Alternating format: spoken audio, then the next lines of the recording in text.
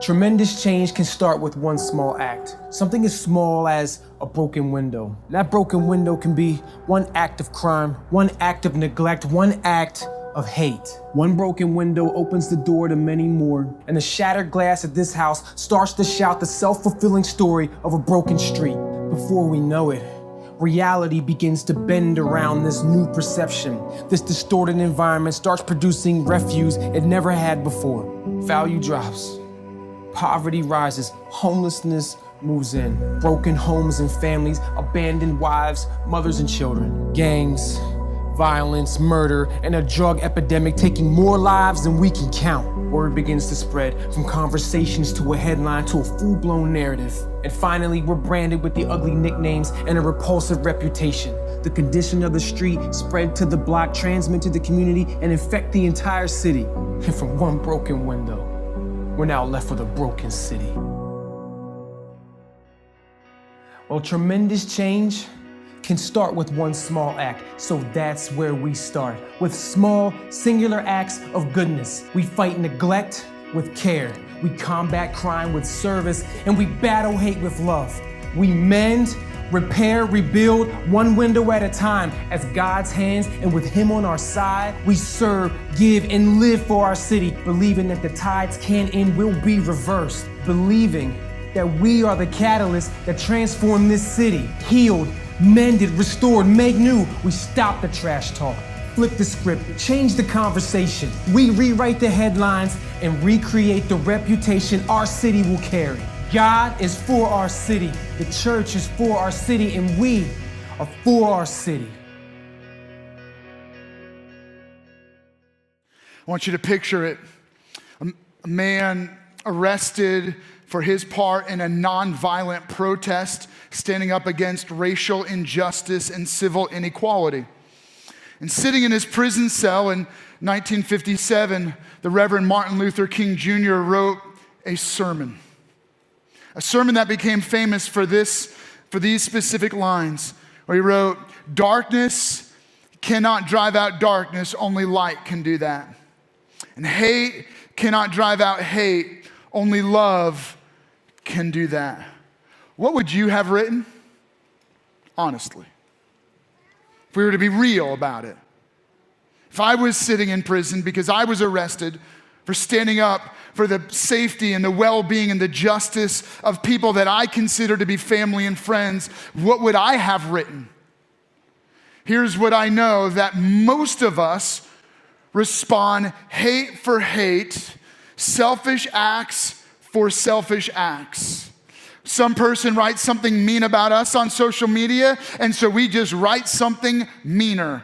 One meme for another meme. One protest for another protest. And so we retaliate and we act out in revenge, and what it begins to do is it begins to tear us apart and tear our communities apart, and what we get is our differences that leads to division. And we are divided, aren't we? One nation divided by God and faith, politics, economy, jobs or the lack thereof.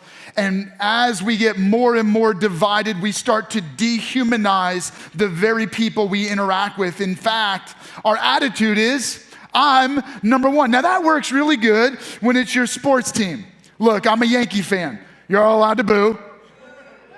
Really? That's all you got? Really? Y'all are terrible. Now some of y'all, maybe you're Orioles fans. Any Orioles fans out there? That's awesome. See, that's good. I'm actually an Orioles fan too. And you'd be like, how could you do that? Look, the Orioles are my AAA team. Thank you. I've been working on it all week. Yeah, thank you. Got that? Thank you. It's my farm system team. Now, here's the deal, right? Like, it's okay to say, my team's number one. Because we all understand that everyone's delusional when it comes to sports. Where it becomes a problem is when I say I'm number one. And anybody who looks like me is number one. If you're my color, you're number one. If you agree with my political views, you and I, we're number one. If you and I have the same kind of job or we live in the same block, we're number one, which also means everyone else is not. If I'm number one, then somebody else is not number one. And so we put each other into groups and classes and we go, it's me versus you and us versus them. And we live in a divided nation with divided cities and divided communities and divided homes with a divided heart. Craig Cobb, he was arrested and charged for leading a violent attack as an angry white supremacist against a black community in North Dakota, which I can't imagine there's a whole lot of broad diversity in North Dakota. But regardless, he led a violent attack against a minority community, and he was charged and convicted. And after he got out, he was invited onto a reality TV show where they wanted to talk about racism. And before he got invited on, they asked him if he would undergo a DNA test. You know, like one of those like Ancestry.com or something. And so they invited him on, he agreed. And then when he got on the show, he was like, I'm number one. People who look like me are number one, right? And he was like, it was like ridiculous. And people were booing him and like, you're an idiot. And we all, hopefully you would agree with that sentiment. And then they said, now for the moment we've all been waiting for, we got your DNA test back. And they revealed that he is in fact 86% European. So he's like Anglo, and he was like, yay! And they're like, yeah, but you're also 14% sub-Saharan African. Thank you, right? Like that was exactly what everyone in the crowd did. They were like, yay! Ha ha ha, you're an idiot. And kind of like calling him out. Why? What was the irony of this? Because genetically, he was showing hate and violence toward his own brothers and sisters. And it's like an aha, duh moment. Like, what is wrong with Craig Cobb for going out, not even realizing that he was related in some way to these people that he hated and was being violent toward? And isn't that what we do? We get divided over whether or not there should be Confederate statues in Civil War battlefields and whether there should be plaques on church walls and whether how we should face issues like immigration and what about illegal immigration and what about having a wall or not having a wall and what if the illegal immigration was a young person who was brought over here not by their own decision making but by someone else's and then they grew up in this country and this is all they've ever known. Like, how do we deal with these issues? And most of us would be like, I don't know. So then let's stop hating and dividing ourselves over very complicated issues. And so what do? Let's talk about it. Because here's the deal, we're not all that different from the early church. An early church divided, torn apart because persecution was spreading across Jerusalem. And because of the persecution, one group of religious people were going, we're number one. And so then they killed and mistreated Christians who then ran for their lives. They lost their jobs and lost their homes and they relocated from the community that they loved and they called home. After they relocated, they would set themselves up in caves and in mountains. They would relocate to smaller villages and some would travel far to even relocate to other cities where they would try to begin to live their lives fresh and new as Christians. But in these Christian communities, after they relocated, still filled with hurt, still feeling mistreated, they then would take their mistreatment out on each other. And word began to spread that Christians were treating each other like this. And so the pastor of the church in Jerusalem, James, the brother of Jesus, wrote a letter to the churches scattered.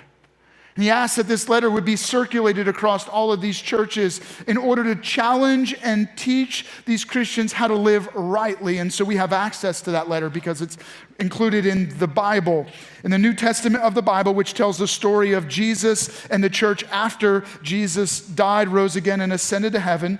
The letter of James to the scattered church is included. In fact, it's one of the last letters or one of the last books in the Bible. And this letter written by James to this scattered church, it's in the second chapter, it reads this way.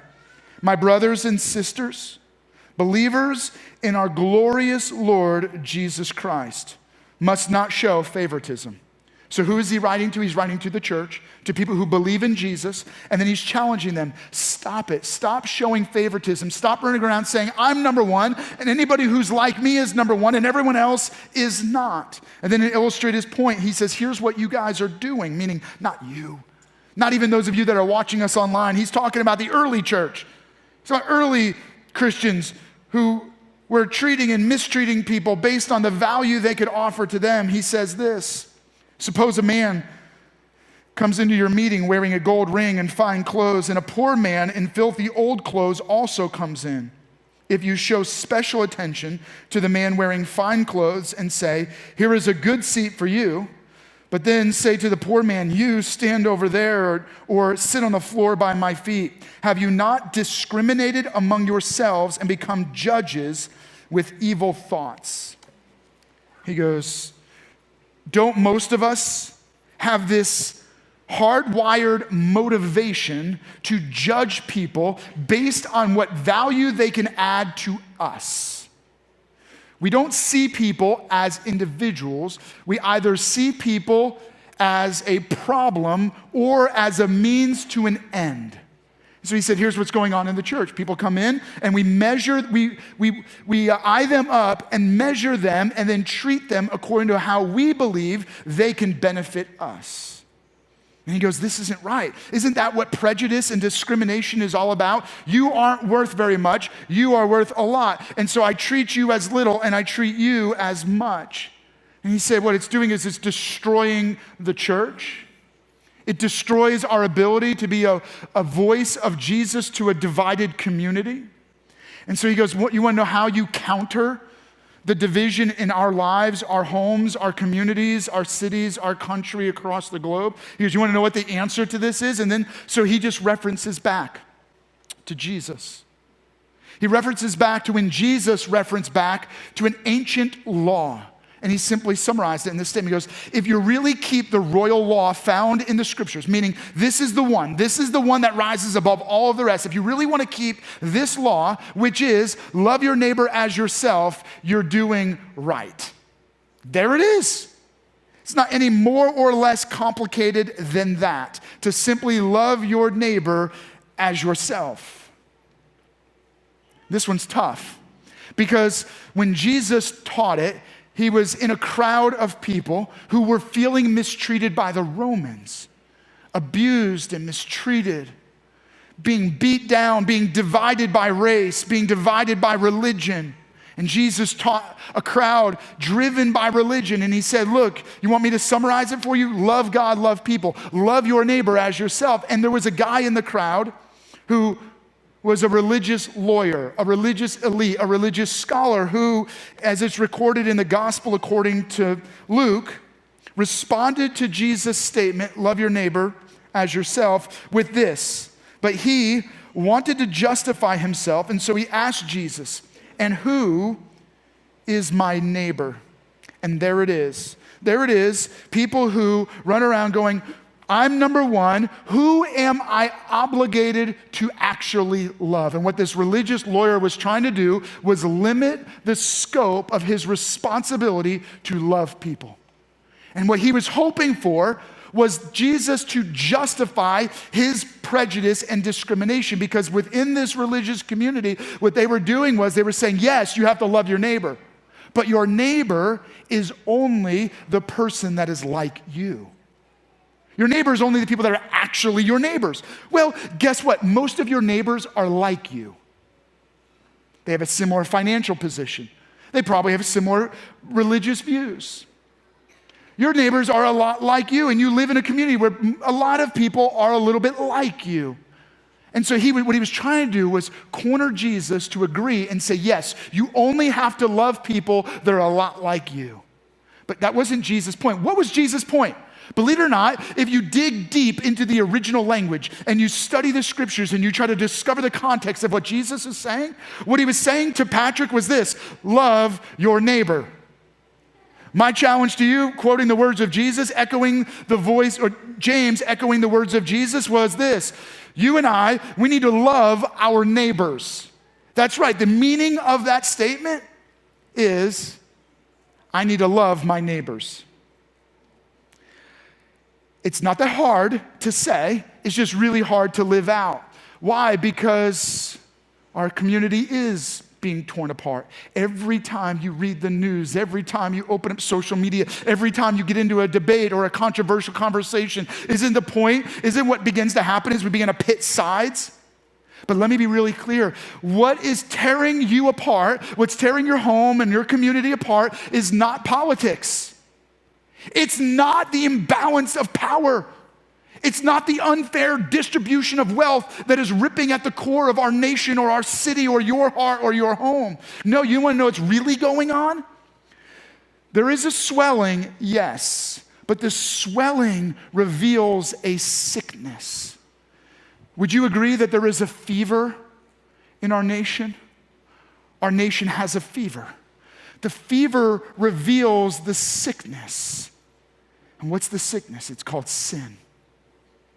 And it's not just our nation's sickness. It's not just our city's sickness. It's your sickness and mine. That's right. I have an inner spiritual sickness called sin. And sin is what sabotages us and divides us and pits one against the other. Sin, which you and I were born with, is a spiritual sickness, a spiritual disease that metastasizes. And as a result, it separates us from relationship with God. It divides brother against sister, one group against another group. It destroys me because I give in to my own selfish desires and I disregard God and I do what I want, which leads to my ruin. So that I am on a crash course with eternal judgment, but not just me, but you and your neighbors and our community and our city, and it spreads and it destroys. And so what's the answer? God, unwilling to leave us on this crash course toward eternal judgment, intervened in our story. Jesus, when he was asked the question about how do you summarize all of this, he gave a simple teaching. It's also recorded in the Gospel of Matthew, chapter 22, verse 37 through 40, where his answer is this: love the Lord your God with all of your heart and with all of your soul and with all of your mind. I'm going to summarize it with a simple statement: love God. Could you all join me, even those of you that are watching online right now, would you just say, love God? Really? Y'all got an extra hour of sleep. That's all you got in you? All right, one more time. Ready? Love God. Love God. All right, then he continues. This is the first and the greatest commandment. The second is like it. Love your neighbor as yourself. So the first one is love God. Love God. And the second one is love people. Love people. Love God, love people.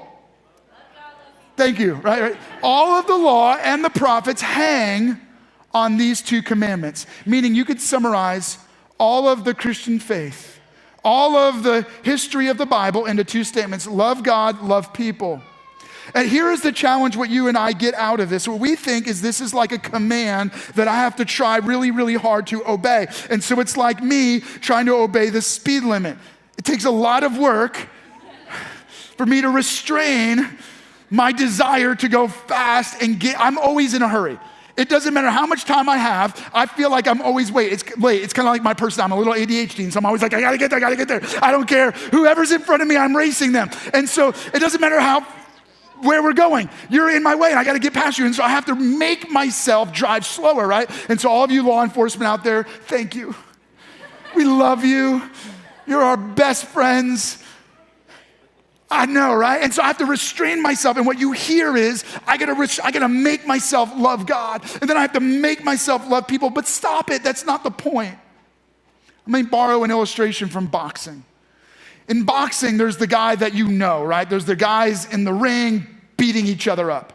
And when the bell rings, after they've got their bell rung, they go back to their corner, right? And when they sit down, there's another guy, the trainer, otherwise called the cut man. Another term for that person is the second.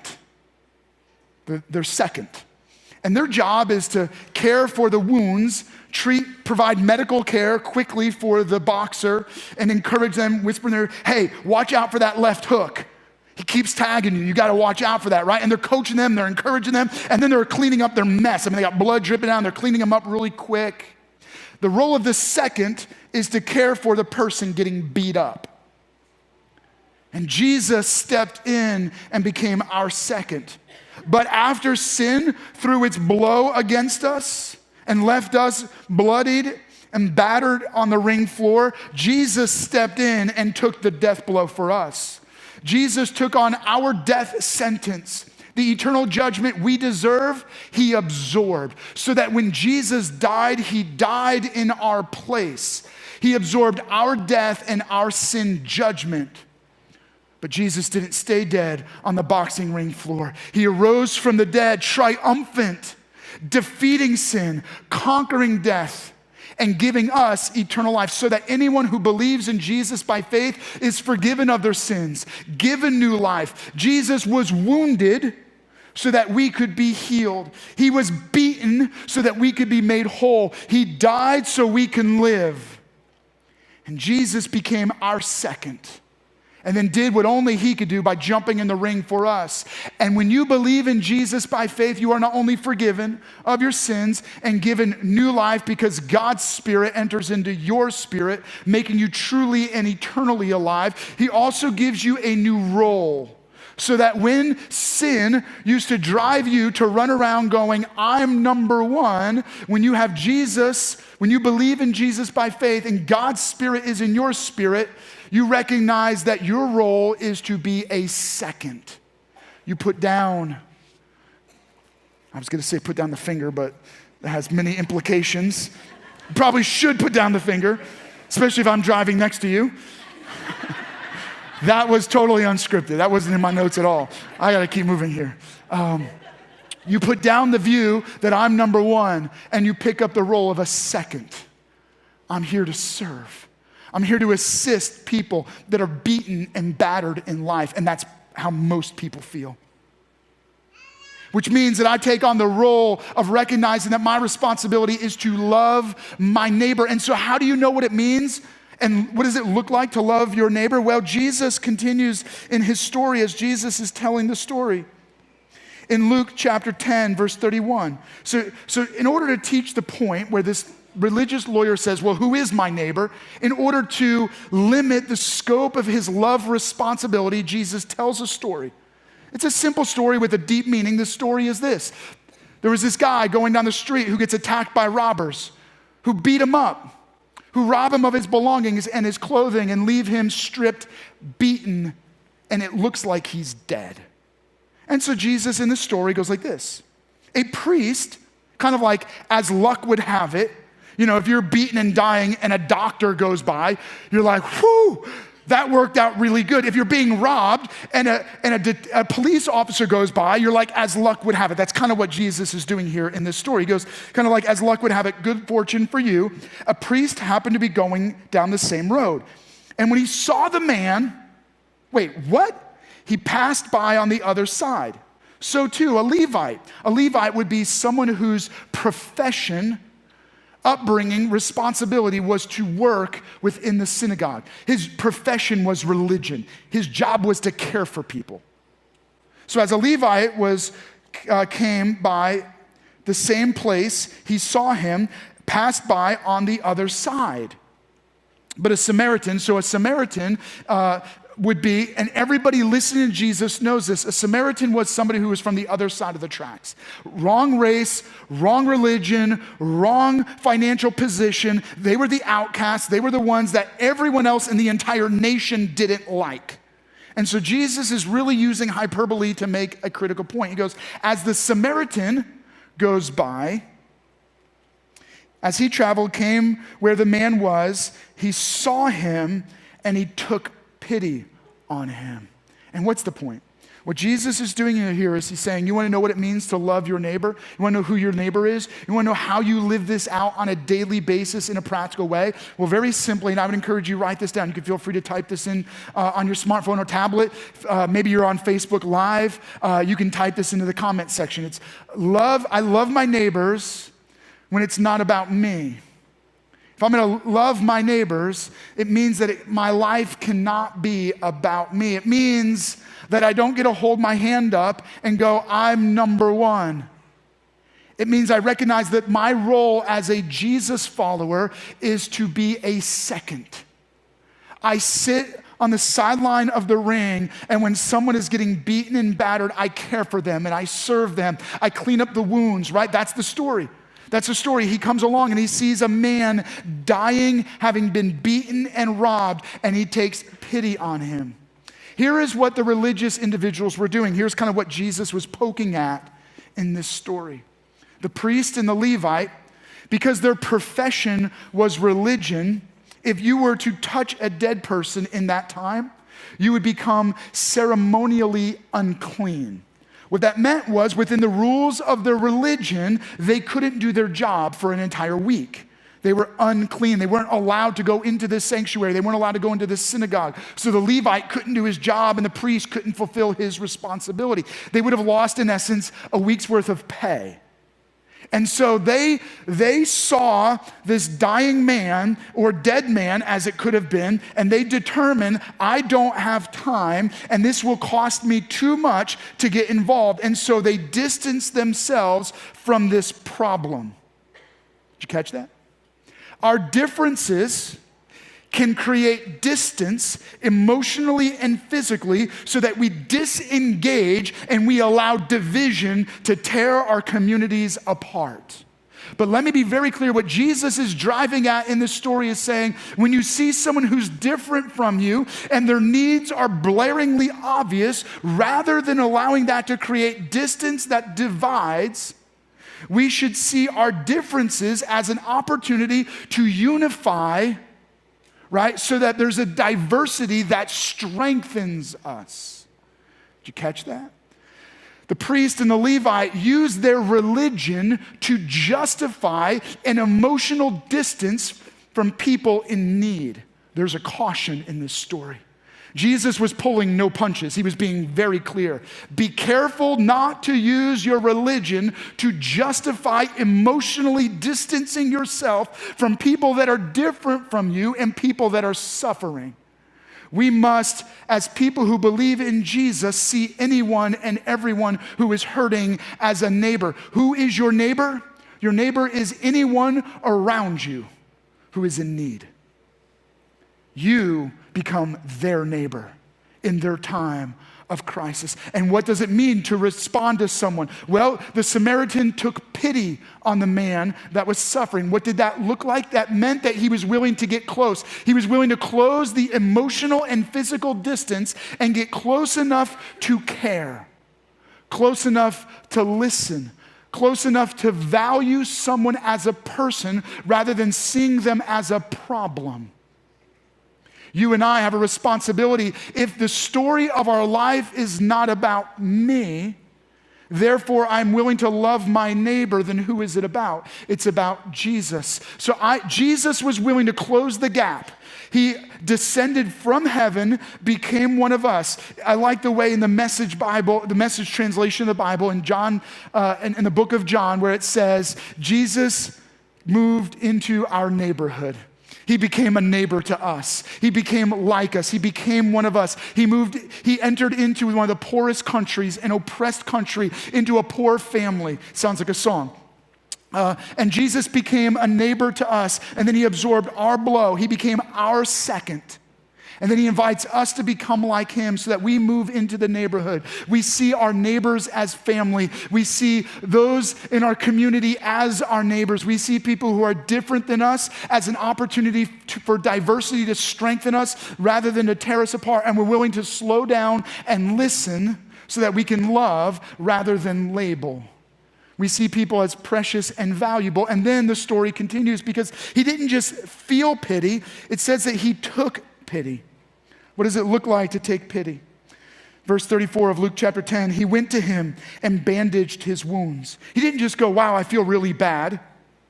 He went close to him. He picked him up. He bandaged his wounds, pouring on oil and wine. That doesn't mean he poured a bottle of beer on him. It means that he treated him medically. Then he put the man on his own donkey, brought him to an inn, and he took care of him. I mean, could you see the situation? What is Jesus alluding to? He's saying that this man got intimately close to the other man in need. He got dirty and messy. This man's filth got on him. His blood got on him. The next day, he took out 2 denarii. That's a good bit of money. I mean, that's a couple days' wages, and gave them to the innkeeper.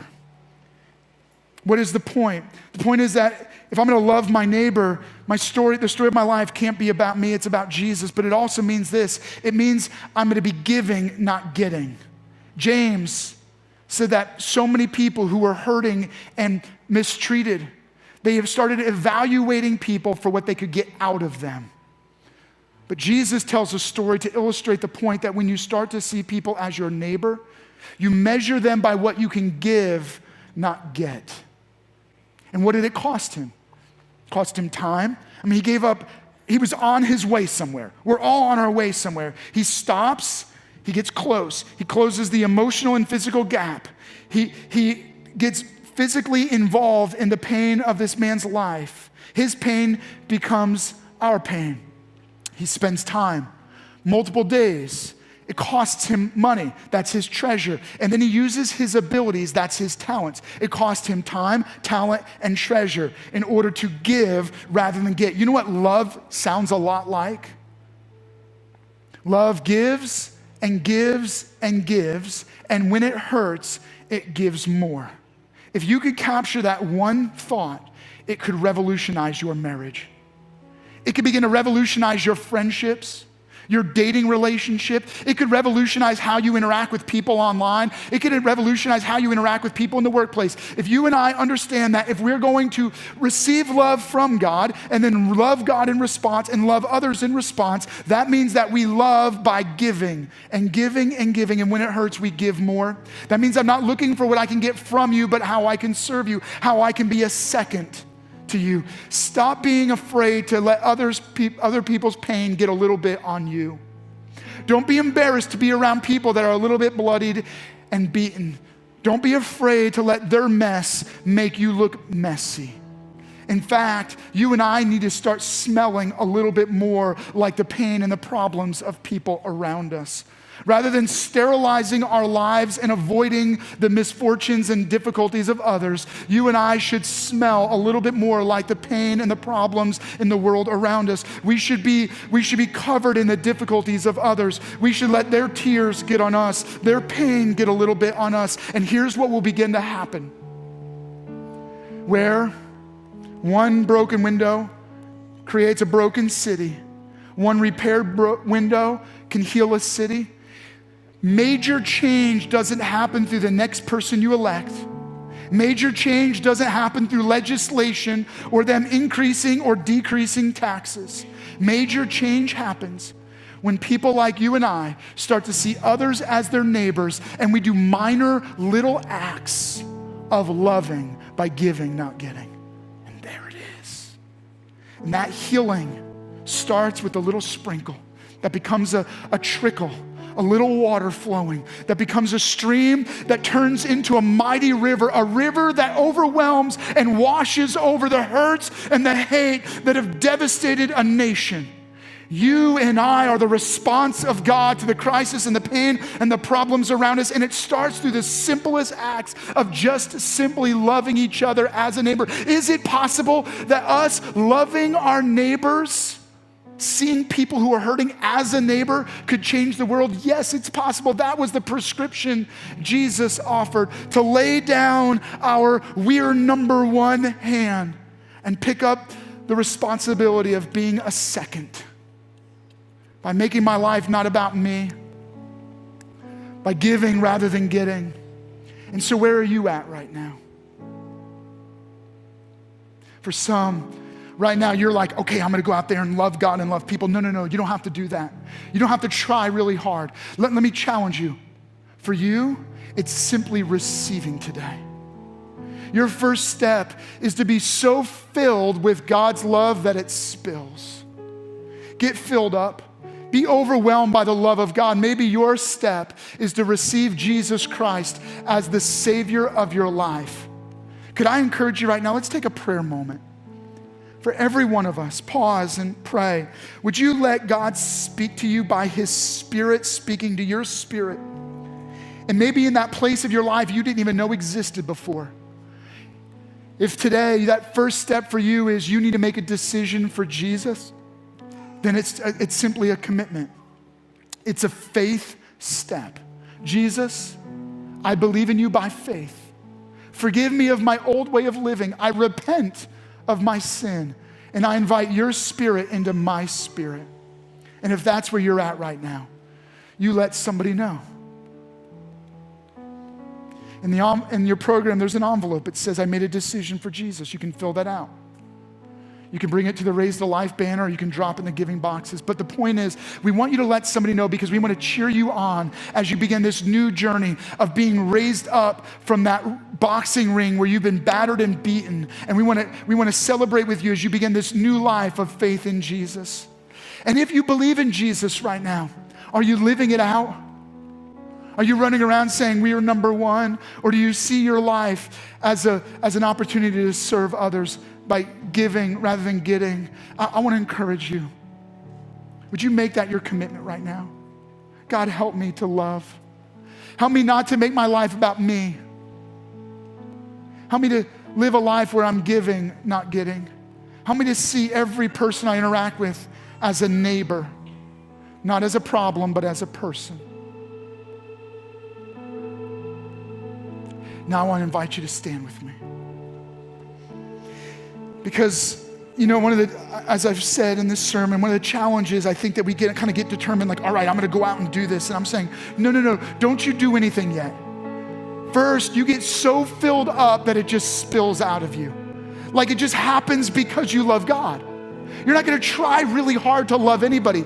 God is going to pour his love through you. If you're in right relationship with God, this will just happen. You can't contain the love of God. The breadth of God's love is overwhelming. The depth of God's love is uncontainable. And so if you are filled with God's love, it will spill. And so that's what we're going to sing right now. God, I'm in your presence, and I just want to go deeper in love with you. Because I know this, the more you fall in love with Jesus, the more you'll love other people as your neighbors. So let's sing that out right now. We hope that you have enjoyed today's experience.